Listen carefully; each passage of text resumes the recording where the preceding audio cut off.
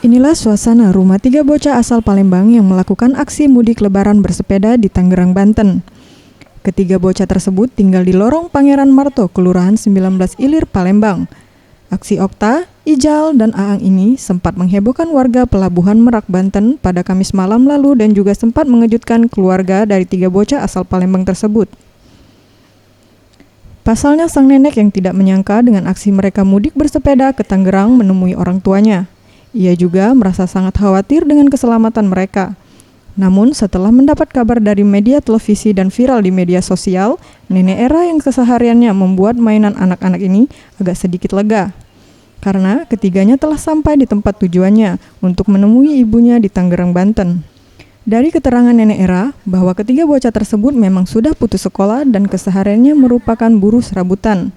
Sesekali ngamen di terminal. Uang yang didapatkan dikumpulkan untuk mudik lebaran karena rindu dengan orang tuanya sang ibu, yang telah terpisah sejak ayahnya berkeluarga kembali. Di awalnya dia ngomong, "Mak, aku nak berangkat." Laju bapak ibu ke sila, baju kau hati-hati be di jalan. Memang dah biasa kan. Nah, tak tahu dia pergi sepeda, nak ke sepeda bawa semalam aku. Bapak itu ngomong lagi mau ke sepeda. Oh, jadi keluar rumah tu dah ada bersepeda. Tidak.